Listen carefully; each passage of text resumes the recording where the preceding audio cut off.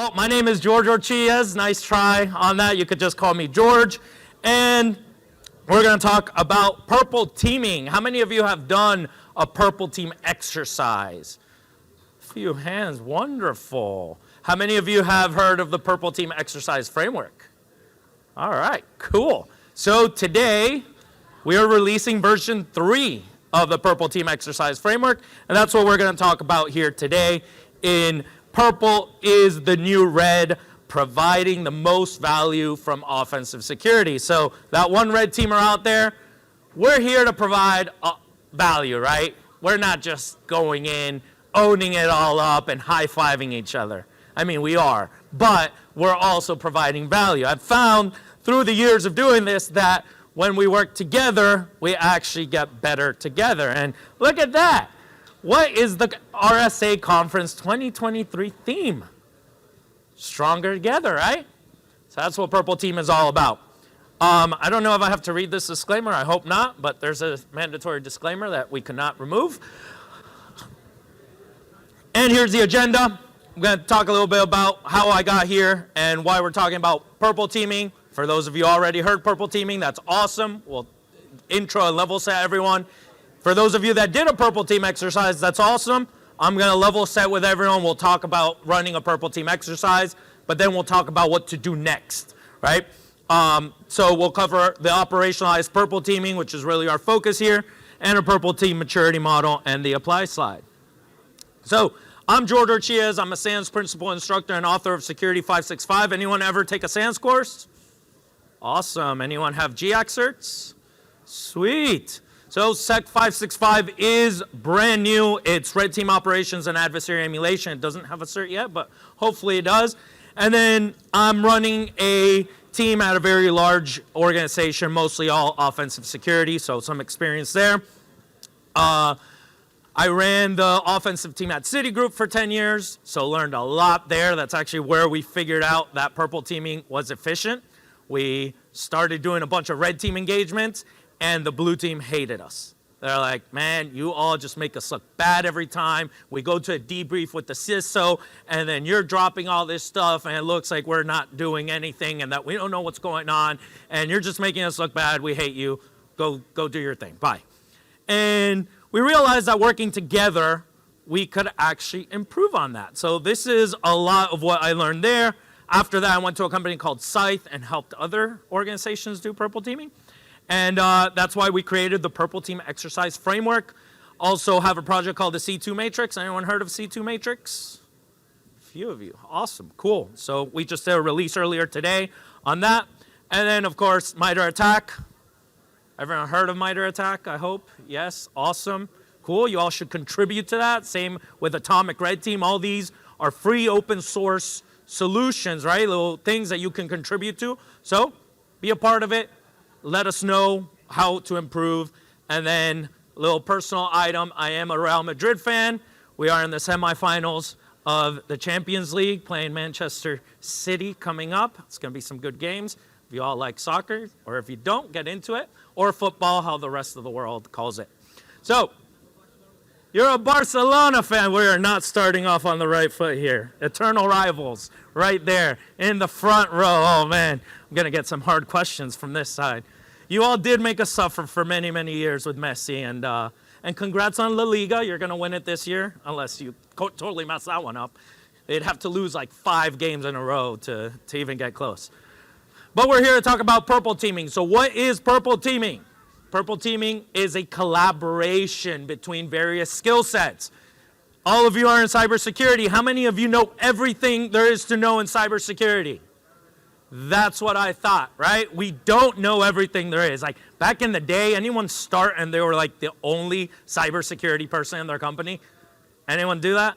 No? A couple? Those were the days, huh? You had to know everything from like user authentication and IAM all the way to like pen testing and AppSec and all these things. Long gone are those days, thankfully. We can now specialize. And even in offensive security, right? We start with vulnerability assessment. Then you go into pen testing, right? There's all these things. Blue team as well, right? Blue team is a catch-all phrase for the defenders. How many blue teamers in here again? awesome. Thank you for all that you do. You all are there 24/7 catching the people that are clicking, right? You always have those employees that just want to search the entire internet, click every single thing. They grab source code and they paste it into ChatGPT, right? Because they needed help with something, right? So you are the defenders. You're part of this, right? That's how we make purple. We've all did elementary school, right?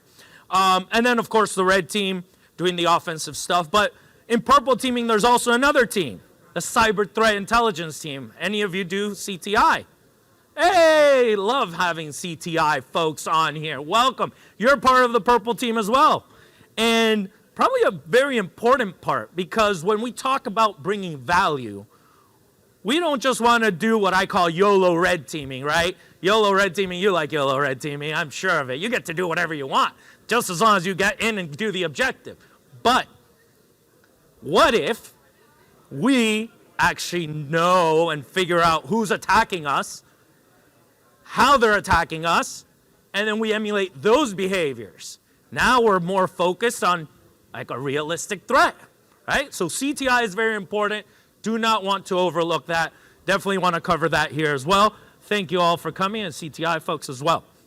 So offensive security model, as I said, we are specializing a lot everywhere in cybersecurity. Even the blue teamers are, right? Like one, no one's actually hired as a blue teamer, right? You're hired as like a SOC analyst, and then you might have different levels. You have your threat hunters, you have the folks building the content, the engineers, right? The architects, putting all these things together, right? Same in offense. So many years ago, I actually worked in a SOC at a company called Terramark, Nap of the Americas. It was like Disneyland for geeks. Anyone seen this building, the Nap of the Americas? It's in South Florida. It's where like the undersea cables come in. And it was actually designed pre-9/11. Very nerdy. They have like root DNS servers there. It was pretty cool. After 9/11, it shut down, and it shut down to tourists and only people that could work there. So I started working in the SOC, did my time. Right? Anyone do night shift SOC work? Yeah, 7 p.m. to 7 a.m. Feel for you, right? But we did our time. Then I got asked, they're hiring ethical hackers at Citigroup. I'm like, ethical what? Ethical hackers? You're going to pay me to hack into a bank? That's awesome. And this is 2010, obviously, right now. Like, everyone has pen testers. But I actually started there doing vulnerability assessment. And this is where most companies should start, right? You scan for vulnerabilities with your favorite scanner, right? Go walk the expo hall if you don't have a favorite scanner. Apparently, they solve everything now. But then they return false positives. So we did vulnerability assessment. This is where you rate that vulnerability, you validate that it actually impacts you. And then how many of you have heard of CVSS? All right, cool, the Common Vulnerability Scoring System. Any of you ever actually used anything other than the base score? Yes, temporal scores, right? Environmental scores. So I got a lot of crap for that. I was in the working group for CVSS 3. And 3.1, I know most of you hate it because, it's all what the vendor says. But you can actually take that and calculate your own score. Version 4 is going to come out soon, by the way. And then after that, we said, hey, how about we do pen testing? How about we exploit the production systems? And they looked at me and they're like, if you knock down one of these systems for a minute, it's going to cost more than you'll ever make in your lifetime. I'm like, what? Like, yeah, apparently companies like Citigroup, right, the too big to fails, they move a ton of money per day, like trillions of dollars per day. And of course, they were referencing that. So I'm like, all right, let me go back and figure this out. But we matured as an organization and we began doing exploitation, right? And that is what pen testing is. Then we did red teaming. Told you about that. Everyone hated us because we were just pointing out the bad and not actually improving. And then eventually got to purple teaming. And that's why I put this out. It's available on SANS.org on the blog, that if you are asked to build an internal red team, how many of you all have an internal red team, like actually testing your blue team? Nice, cool. You should start with purple first. So let's talk about purple teaming. Releasing today, the Purple Team Exercise Framework version 3. It's It's available on GitHub. This originally came out when I was working at Scythe, so it's on there right now. They merged it yesterday, technically, because I wasn't going to be worried about submitting a PR and getting it approved the same day as the talk. But it's out there. We did a few changes based on your feedback, right? You take this, you use it, and you say, hey, George, you know what? We used to have cyber threat intel before planning. We changed that because we realized that most organizations are going to plan an exercise before they actually go and do the threat intel part, right? So we have that. Start with planning, then cyber threat intel. Shout out to the CTI folks as well. Then you actually do the exercise and the lessons learned. So I'm going to walk through a purple team exercise first, real quick. Again, just level set, and then we'll talk about what's next. So CTI. This originally came from Katie Nichols and Cody Brown at a SANS summit when they worked at MITRE ATT&CK, right? And it was, how do you leverage attack for adversary emulation, right? Attack is adversaries, tactics, techniques, and common knowledge, allows us all to speak the same language. So the CTI folks know all of this. The non-CTI folks, what does CTI do? They understand your organization. Every organization is different, right? If you're in the healthcare sector or you're in the finance sector, very different threat models, right? Then you identify the adversaries that are likely to attack that organization. You can start by doing very basic things by just searching your sector on MITRE ATT&CK and finding threats that are likely to attack that, or your region where you operate in. Obviously, CTI folks do this way better. They gather that threat intelligence, they extract the TTPs, the tactics, techniques, and procedures.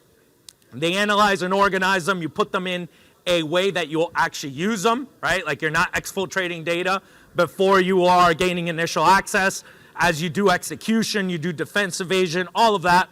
And then you have a plan. You create your plan, your adversary emulation plan, and you go emulate the adversary. So all of that and all of these steps are in the PTEF from version 1. Something that new is the TTP pyramid. Anyone heard of the TTP pyramid? This is from Chris Peacock. Awesome, awesome, awesome. So I worked with Chris at Scythe, and what we were seeing is that we are using TTP to mean one thing, and it's 3 different words. Tactics, adversary goals, techniques, how they achieve those goals, and the procedures are the lowest level information we have. So here's an example. If we look at the bottom of this pyramid, we have tactics. This is how we can talk to someone in senior management. Say, the threat actors got access, right? And then they had access to credentials. Okay, access to passwords, I know what that is. That's tactic 6.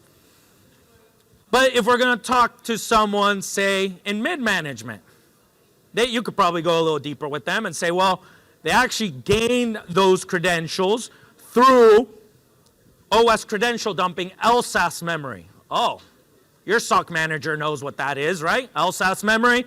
LSAS runs on Windows. It's where we store a lot of the credential services and, of course, you know, tools like Mimikatz and all that pull information out. But actually, in this procedure, we are talking about ProcDump. ProcDump is a free tool. It's not really a LOLBAS. It allows you to dump memory for a particular process. So it's one way of doing LSAS memory. And this, my CTI friends, is the kind of procedure level and CTI we need for doing adversary emulation, right? CTI vendors have gotten a lot better at this. We're still improving. One of my favorite is the DFIR report. How many of you have heard of the DFIR report? Oh, no. All right, you all need to pull out your phones and go to thedfirreport.com right now. It's amazing. It's free. You can sponsor them, but they give you actual procedure level intel on how an adversary got in and how they did everything. If you're in red teaming, their reports are awesome. It gives you a nice narrative of how it happened, and then it goes down tactic by tactic, technique by technique, all the way to procedure for how this worked. And then they give you Yara rules, Sigma rules. It's awesome. They're amazing. So those are the TTPs. Then you have your preparation phase, your planning phase. There's a lot that goes into planning. Again, I'm not going to go through all this, but logistics is one. Get everyone together in the same building, in the same room. Make sure that everyone can share their screen. You, red team, set up attack infrastructure. Not so much for a stealth engagement, right? You probably don't need to set up a bunch of redirectors. Maybe just use one domain, one cert. You have your target systems. You want those target systems to be in production because we want to test what the production systems actually see, right? What the live environment actually sees. And make sure that you have visibility. And then metrics. There was a big shift when we went from pen testing and vulnerability assessment to red teaming. In vulnerability assessment, the vulnerability is either open or closed, and you give it a risk rating. That's it. Easy. We have vulnerability management solutions for that. In red teaming, we're measuring the blue team. We're going to be able to do procedures that you can't block, right? Like something as simple as who am I? Anyone block who am I in their environment? No. Or one person, right? Or you have detection for it because, right, someone in accounting should not be running who am I, right? But are things that are possible. So then you need to look a little deeper at the metrics. It gets a lot harder. Do you have the data sources? Well, running who am I, maybe you could detect that with Sysmon, maybe you could detect that with your EDR. Is it only on the local system? Is it in your Splunk or in your Elastic or whatever SIM you're using? Are there alerts? Should you have an alert when someone runs who am I? Maybe, maybe not. I don't know. Your environment is different than mine. Maybe you should have alerts when more of these TTPs are ran all together. And then the response time. Red team is testing the blue team. The blue team has a process. They're going to see that alert, and then they're going to look into it. They're going to escalate it. Then they might call the IR team. They might call, I don't know, level 2 SOC. I don't know. All that is time. How long does it take? How many of you know how long it takes from running that who am I for it to show up on your EDR console? How long does that take? If someone ran something like who am I, how long until it shows up in your EDR? You can do these tests and figure that out. I've seen seconds, all the way to minutes, all the way to hours. I actually detected a multi-million-dollar company that took 17 hours for something to show up. They found a big flaw in their deployment. And then you have the actual purple team exercise flow. This is where you bring everyone together and you have an exercise coordinator. Highly recommend having an exercise coordinator. Doing this as the red team lead or the blue team lead is a little hard. You're going to introduce everyone. Say, hey, red team, meet the blue team. You all should work together. Know each other. We are going to emulate this threat, right? The latest Lockbit ransomware that we just saw, or whatever the CTI vendor provided you.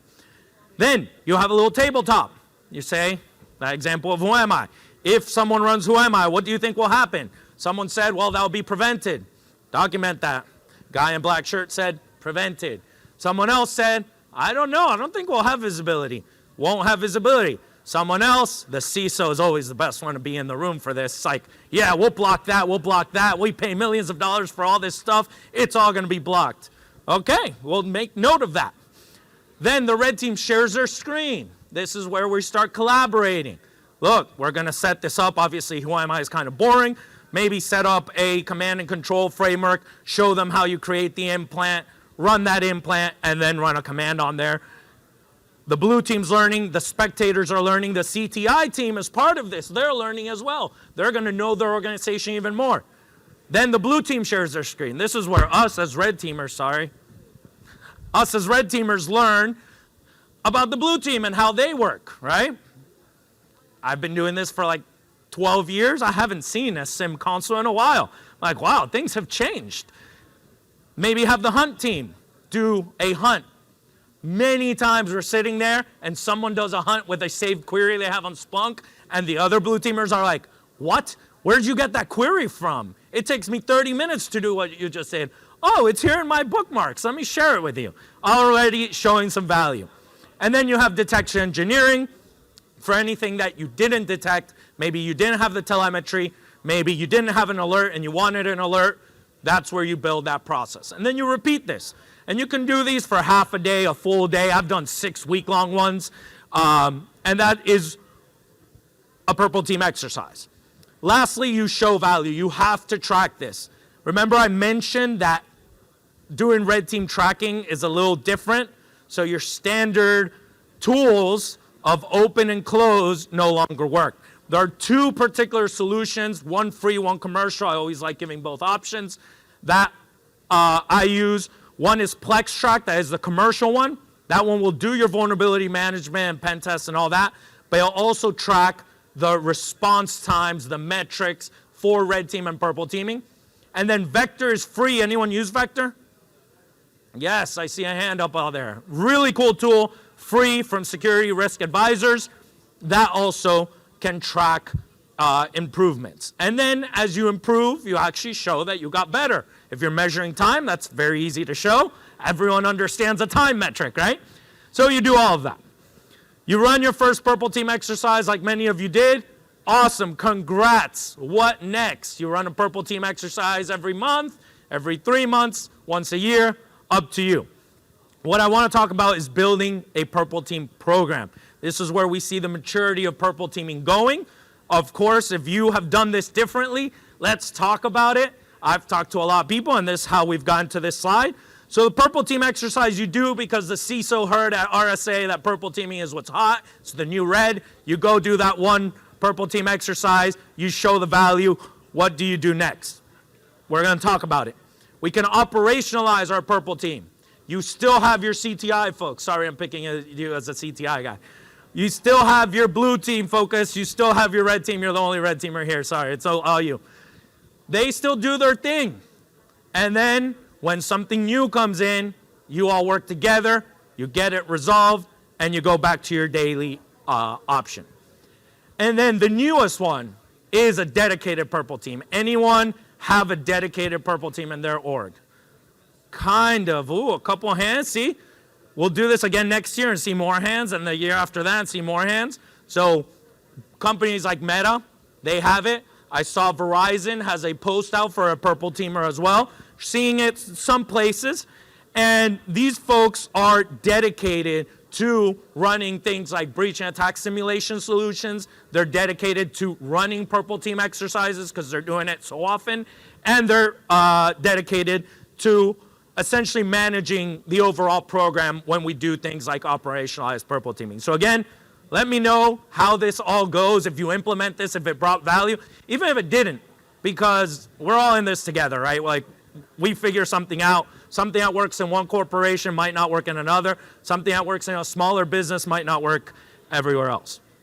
So let's talk about the operational purple team process. This is the net new that we're releasing today in the version 3 of the PTEF. I understand this is mostly for corporations, for enterprises. If you are a consultant and you can somehow figure out how to sell this to a client, that's awesome. Let me know how you do that. Would definitely like to learn more. But again, working in enterprise, this is what we've built. You now have all these specializations, right? You have essentially a detection engineering team. How many of you have a detection engineering team? Or a content engineering team, or the people that build the alerts, right? And then of course you have your blue team, your SOC doing that. How many of you have a hunt team that has playbooks and go hunting, right? So you have all these teams. They should technically be working all together, but let's look at it practically. We hear on the news, CTI just heard that a company, a competitor, someone down the street, whatever, was just breached. They get the report, the DFIR report, they see what they did, and this is net new. As an organization, you're going to get the question of, can that attack happen here, right? If you're the CISO, that's the question you're going to get. Can that happen here? Very easy, very simple answer, and you want to answer this in a way that's a little more data-driven than, yeah, I think so, because we pay the EDR millions of dollars, I think we're good, right? So it could come in from CTI, could come in from the red team. The red team doesn't want to be running atomic red team tests all day. You don't do that, right? No, you are finding new ways of doing stuff. So you have your internal team now finding new cool ways of doing things that work in your org could come in from there. Or you have your blue team. You sound like you have a pretty mature blue team. I bet that team is seeing stuff that there is no public CTI for. I'm sure you're seeing some very interesting things, right? So you also are an input, right? Everyone feels like they're part of this process. All right, blue team just saw something very interesting. They're looking into it. It was from a threat hunt, whatever. You bring everyone together. Now, you analyze and organize that. When you look at an entire DFIR report, there's going to be a bunch of TTPs you already tested. There's going to be a lot of things that you've already seen out there. You don't have to retest those, right? Just make sure you have the visibility, that there's no new procedures. All right. Then, if it is net new, hey, red team, check this out. This is all the info we have. Can you work on seeing if that works here? Red team goes, takes that info, starts messing with it. Maybe they have to tweak it a little. Maybe they rename something. They modify some open source tool that just came out. They do their thing. A blue team, hey, this is what we're looking at. Do you think we would have detections? They work together. Look, this is how we figured out it worked here. Blue team looks at it. Oh, crap, that did work here. Let's see. That went through a proxy. Maybe the proxy has some telemetry. Oh, look at here. We can build an alert for that. You do that. The detection engineering does their detection engineering, right? They build the detection, they deploy it out, they put it in production. Red team, we're going to need you to repeat that test again. Sorry, I know you don't like repeating it. Actually, run it again. We didn't submit the rules. Did it work? Okay, can you run it again? Finally, it's there. The alert works. All right, now let's train our SOC. Our level 1 SOC hasn't been a part of this. They've been doing their level 1 work because that's a 24/7 job. Hey, SOC, check this out. Remember that thing we saw on Monday? The red team's going to show us how it works here. And look, you're going to get an alert. That is what this means. That means that someone already had access to our environment, and you need to escalate it. And then the last step, how many of you use a breach or attack simulation solution? The last step in the ideal world of this flow is you take what the red team did, because you don't want to repeat this over and over, right? No. You put that into your BAS solution. Of course, your BAS solution needs to allow you to have customization because it's net new. You put it in, and the only reason you will ever see this again in your environment is because there was environmental drift and that alert stopped working. That's the whole point of the BAS solution. Or it was a real attack. Your SOC saw it and they responded to it quickly, right? And you can do this for TTPs, but you can also do these for vulnerabilities. How many of you can patch within hours of a patch coming out? Didn't think so. So you can do that for vulnerabilities as well. So let's step through this. Anyone pull up the DFIR report on their phone? What's the latest one? I think it was an ISO image going from an ISO getting delivered by ICE-D to full ransomware in like 17 hours or something like that. Is that the one? All right, we're going to use that. How many of you have heard of an ISO file? You've seen actors are starting to use this, right? Or have been using it, I guess, for the last year. So let's do that. We get new CTI from the DFIR report. It's free. This threat actor gained access with an ISO image. Okay, heard of that? Let's bring the team together. Someone from red, someone from blue. CTI provided it because they're watching the DFIR report every time something comes out. Let's get them together. Let's assign those stakeholders. Of course, use some sort of tracking system. I'm sure you have some sort of tracking system already. Worst case, I don't know, Excel, right? And then we want to extract the TTPs. How exactly did this work? Well, if I recall, the ICE-D one, what they did is they created an ISO image. And the reason they do the ISO image is because it bypasses mark of the web. Mark of the web is when you download something from the internet, that smart screen comes up and says, hey, this is from the internet, you sure you want to open that? Of course, a threat actor doesn't want your trained users to see that message. So they use an ISO image. Why? An ISO image is not NTFS, the NT file system. That is how mark of the web works. It works with an alternate data stream, right? Of course, you can read into all this stuff, learn about it. So what they did is they put a DLL a hidden DLL inside the ISO, and then a shortcut, a .link file, shortcut file that looks like a document, and when they mount it, they run it. All right, cool. We haven't tested. Let's assume we haven't tested. Anyone actually test an ISO in their environment? No. All right, one. Awesome. So let's use it as our use case here. So we never did this. We can map that to MITRE ATT&CK. An ISO image is a mark of the web bypass. I don't know what that is off the top of my head. It's probably on there. T1553005 or something like that. Don't ask me how I memorize those. It's a sad life. So that's one thing. But then you said there's a DLL, right? The DLL, how's the DLL get executed? Well, run DLL 32. Have you all tested run DLL 32 in your environment? That one you have, right? Yeah, I see more hands on that one because it's common. And a link file. So we'll test these three. We'll check out our vector or our Excel or our Plex track, see if we've already done that. And then we do a quick tabletop. Hey, blue team, this ISO came in through an email. Do we block ISO files coming in through email? Don't answer that. I don't want to know about your environment. The answer may be yes or no. What about an email with a link that downloads an ISO? That means your proxy might be able to block that, right? You might be able to block an ISO getting downloaded. You might have those data sources. I don't know. You do the little quick tabletop. What about mounting an ISO? Anyone know if they have detections for an ISO being mounted in their environment? All right, good. This is all stuff you can test when you get back. So you do that. Then, red team, figure out the ISO thing. I don't know how to build an ISO. You figure that out. That's your job. The DLL, I think you know how to create one. Essentially, every C2 framework out there will give you a DLL, right? Some of the new ones, Havoc gives you a DLL. Nimplant gives you a DLL. All the new stuff gives you a DLL. So you figure all that out. You build the ISO. And red team can cheat. Let's say some of you don't have a red team. How many don't have an internal red team? There is a solution. Heard of Atomic Red Team? Yes. We can all use Atomic Red Team. And I know the ISO has an atomic test because I wrote the atomic test for that one in particular. That's how I knew the TTP. So you go to Atomic Red Team, go to the GitHub, and you are simply going to copy and paste the atomic test and do that. See? Might not even need the red team on this one in particular. You keep doing your cool things.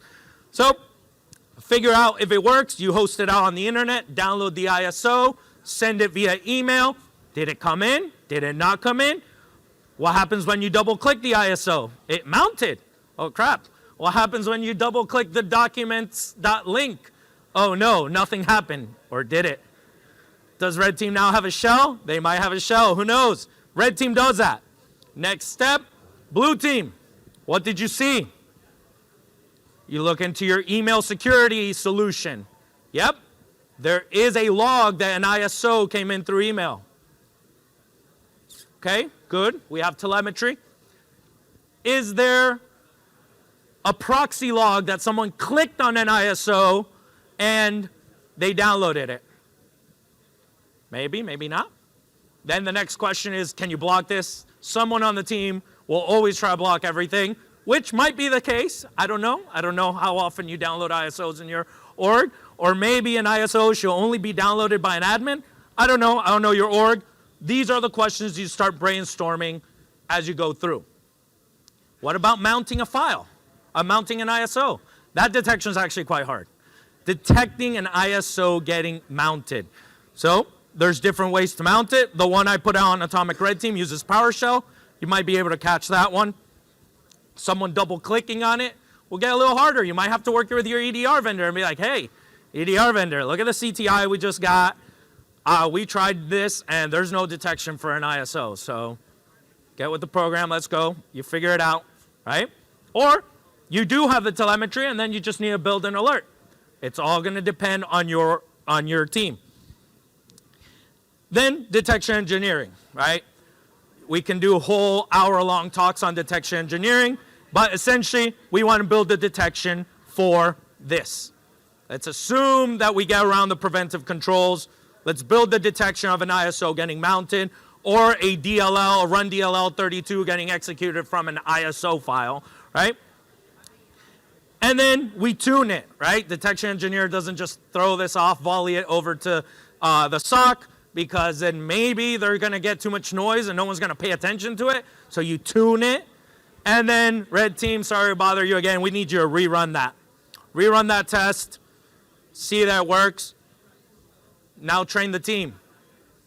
Once a week, every other week, whenever it is, hey, this new method came out, ICE-D, Initial Access Broker, is using these ISO files. We built these detections. This is what the attack looks like. This is what the detection looks like. If you see this, escalate it, or do follow your process, etc. And then for those of you using breach and attack simulation, add that in there. And hopefully you only get an alert if there's a real attack or if something stopped working. And those are your steps. It's a continuous process. Again, been implementing this in just a couple of enterprises. So if you do take this and implement it in your org, let me know, right? I'm on LinkedIn, I'm on Twitter, my messages are open. Love talking about this stuff and seeing how different orgs do it. Because what works in my org may not work in yours, or maybe you take it and you improve on this model, and then we release the next version next year, and we all have that here. For those building purple teams, there is a purple team maturity model by Tim Schultz, also someone I worked with at Scythe. He's around here somewhere. He put this out. Essentially, for purple team maturity, you need an understanding of the threat and understanding of the detection. And you have various ways of measuring that, which of course, your senior management is going to want you to see, like, hey, this is where we are today. This is where we're going to go. This is how we want to improve. So it's fairly new. We're still putting some touches, some finishing touches on that. But again, let us know how you implement it. And then there's always an apply slide. So in here, identify where in your org, identify where your organization is in the offensive security model. Are you already doing vuln scanning, vulnerability management, some pen testing? Maybe it's time to test some TTPs. Maybe it's time to test the blue team. Then run a purple team exercise. Some of you have already done that. That's awesome. How often do you do those exercises? You don't have to wait, right? Imagine we get CTI today. CTI is something that already happened, right? And then you're going to wait 3 months to do it. That might be too big of a gap in your risk model, maybe not. And then essentially establish an operationalized purple team process where you come together when something net new happens. And as I mentioned, you can do these for vulnerabilities. One of our best use cases was when there was a particular vulnerability that came out. We figured out how to exploit it. We knew that the app team, it was a struts vulnerability. We knew that the app team was not going to get this fixed in hours. It was going to take days. We worked with the blue team, ensured they have detections. In this case, I think it was on a WAF. And we actually caught a threat actor exploiting one of the particular sites. We had them and made the tough business decision of actually shutting down an entire web app that's on the internet because it was already compromised. But the only reason we would have known that is because we had worked together to build those detections there. So I'm not saying that this is the only solution. I definitely think you still need to do your red team engagements. But how often do you do a red team engagement? Probably once a year, once every few months. Of course, if you have an internal red team, a little more often. So I definitely still see value in red teaming. There's a whole bunch of resources here. SANS.org/purple team. There's blogs. I've done a lot of blogs there. There's some emulation plans on Scythe's community threats. And then, like I said, I'm the course author for Security 565, Red Team Operations and Adversary Emulation, and teach some of the purple team courses there. So happy to see that red teaming is evolving, that purple teaming is starting to be used. Hopefully you all can leverage that and do full circle as well. Let me know how you implemented it so we can all improve on this. And then the next person that comes and says, hey, how do you run a purple team? We can show them all our lessons learned and make it easier on them to implement and work together. And in the RSA conference, right? Threat actors are working together, right? You see these threat actors.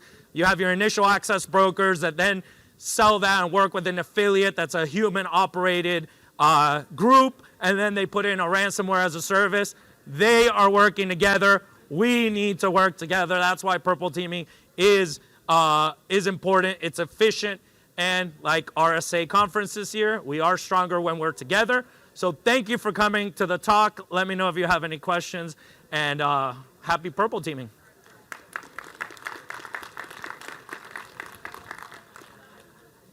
Any questions? There's a mic right there.